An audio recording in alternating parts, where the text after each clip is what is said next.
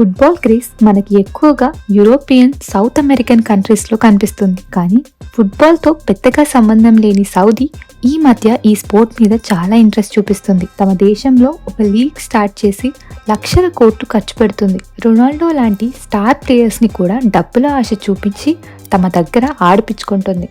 అసలు ఉన్నట్టుండి సౌదీకి ఫుట్బాల్ మీద ప్రేమ ఎందుకు పుట్టుకొచ్చింది? దీని వెనక అసలు రీజన్స్ ఏంటి? లక్షల కోట్లు ఆ దేశం వేస్ట్ చేస్తుందా? ఇది ఎలాంటి ఇంపాక్ట్ చూపించబోతుంది? ఇవే మనం ఈ రోజు వీడియోలో చూడబోతున్నాం. మీరు ఇంకా కోకోనట్ ఫోకస్ ఛానల్ కి సబ్స్క్రైబ్ కాకపోతే వెంటనే సబ్స్క్రైబ్ అవ్వండి. వీడియోని లాస్ట్ వరకు చూడండి. లెట్స్ బిగిన్ ఆ వీడియో. సౌదీ అంటే ఎత్తైన buildings, super clean roads, costly hotels, super rich people, luxurious life styles ఇవే గుర్తొస్తాయి మనకి. ఆ దేశం సంపద అంతా అక్కడ ఉన్న ఆయిల్ ప్రొడక్షన్ నుంచి వచ్చేది. అలా వచ్చిన సంపదతో ఆ దేశం తన రూపురేఖల్నే మార్చుకుంది. ఎందుకు పనికిరాని ఎడారిగా ఉన్న ఆ దేశం ప్రపంచంలో తనకంటూ ప్రత్యేక స్థానం సంపాదించుకుంది. ఎకనామికల్ గాను, పొలిటికల్ గాను one of the powerful countries గా మారింది. ఆ పవర్ అంతటికి మూలం ఆయిల్ మైన్. కానీ ఆయిల్ అనేది శాశ్వతం కాదు, ఇది అంతరించిపోయే వనరు. కాబట్టి ఆల్టర్నేటివ్స్ పై సౌదీ దృష్టి సాధించింది. అందులో భాగంగానే ఇప్పటికే టూరిజం ని విపరీతంగా అభివృద్ధి చేసింది. ప్రపంచం నలుమూలల నుండి టూరిస్టులు ఈ దేశానికి వస్తున్నారు. ఇక ఈ మధ్య సౌదీ స్పోర్ట్స్ పై ఫోకస్ పెట్టింది, ముఖ్యంగా ఫుట్బాల్ పై. అందుకు కారణం వరల్డ్ వైడ్ గా క్రేజ్ విషయంలో టాప్ లో ఉన్న స్పోర్ట్ ఫుట్బాలే. ఫీఫా వరల్డ్ కప్ వచ్చిందంటే చాలు, చాలా దేశాల్లో పండుగ వాతావరణం ఉంటుంది. అరబ్ దేశాల టీమ్స్ పెద్దగా కనిపించవు కదా అని మీరు అనుకోవచ్చు.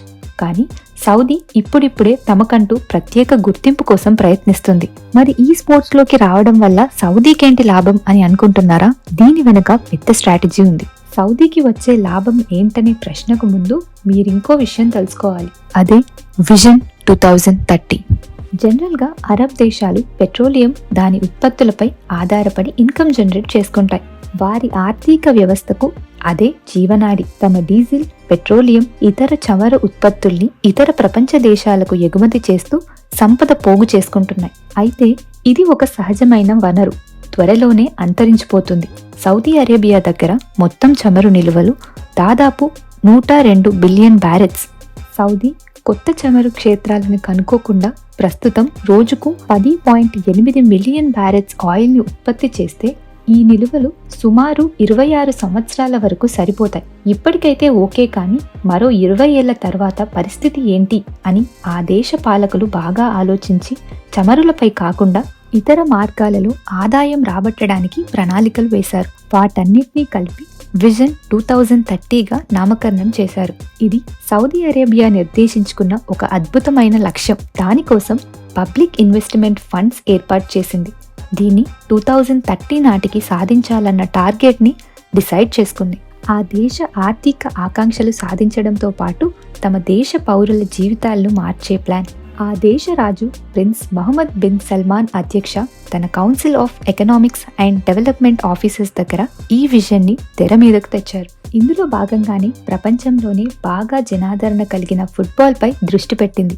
దీనికి ఉన్న క్రేజ్ మరే క్రీడకు లేదు. మరి అలాంటి క్రీడపై పెట్టుబడి పెడితే, ఈ క్రీడను తమ ప్రాంతంలో ఆడిస్తే ఒక్కసారిగా ప్రపంచం దృష్టంతా తమ దేశం మీద పడుతుందని సౌదీ భావించింది. అందుకే ఇందులో విపరీతంగా పెట్టుబడులు పెడుతుంది. ఫుట్బాల్ సౌదీ అరేబియాలో కూడా బాగా క్రేజ్ ఉన్న ఆట. అంతేకాకుండా తమ ప్రో లీగ్ లో కొంతమంది ఫుట్బాల్ స్టార్స్ ని ఆడించడం వల్ల ఆ దేశ పిల్లలకు ఇన్స్పిరేషన్ గా ఉంటుందని నమ్ముతున్నారు. దీనికోసం Argentina football star player Lionel మెస్సీతో పలు ఒప్పందాలు చేసుకుంది. తమ దేశ టూరిస్ట్ బ్రాండ్ అంబాసిడర్ గా అతన్ని నియమించుకుంది. కొన్ని కమర్షియల్ అపియరెన్సెస్, సౌదీ గురించి సోషల్ మీడియా పోస్ట్, కుటుంబ సభ్యులతో ఫ్యామిలీ వెకేషన్ వెళ్లటం లాంటివి చేయాలి. దీనికోసం మెస్సీకి సుమారు 208 కోట్లు పే చేస్తుంది. తమ ప్రో లీగ్స్ ని ప్రపంచంలోనే టాప్ 10 లీగ్స్ లో ఒకటిగా చేయడమే కాకుండా ప్రస్తుతం 54th ర్యాంక్ లో ఉన్న తమ ఫుట్బాల్ టీమ్ ని టాప్ 10 లోకి తీసుకురావడానికి టార్గెట్ పెట్టుకుంది. సౌదీ స్టార్ట్ చేసిన లీగ్ కి చాలా చరిత్ర ఉంది. అయితే అది నేషనల్ రేంజ్ లోనే.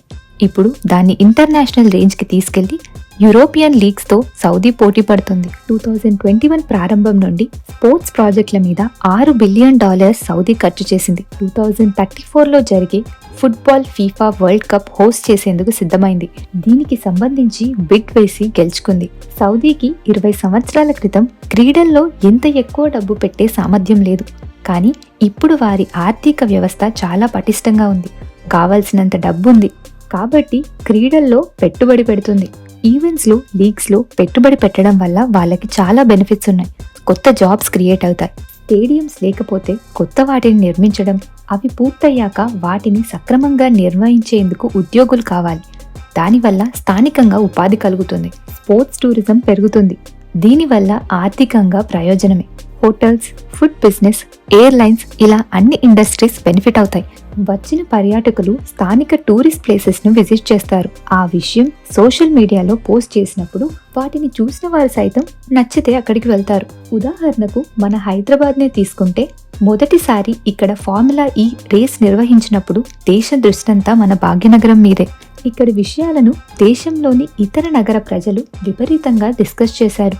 ఇక్కడే ఎందుకు నిర్వహించారు, దీనికోసం ఏమి ఏర్పాట్లు చేశారు, ఎంతమంది క్రీడాకారులు పాల్గొన్నారు లాంటి విషయాలు చర్చకొస్తాయి. ఇలా చాలా పబ్లిసిటీ వస్తుంది. ప్రపంచం దృష్టంతా ఆ దేశంపై పడుతుంది.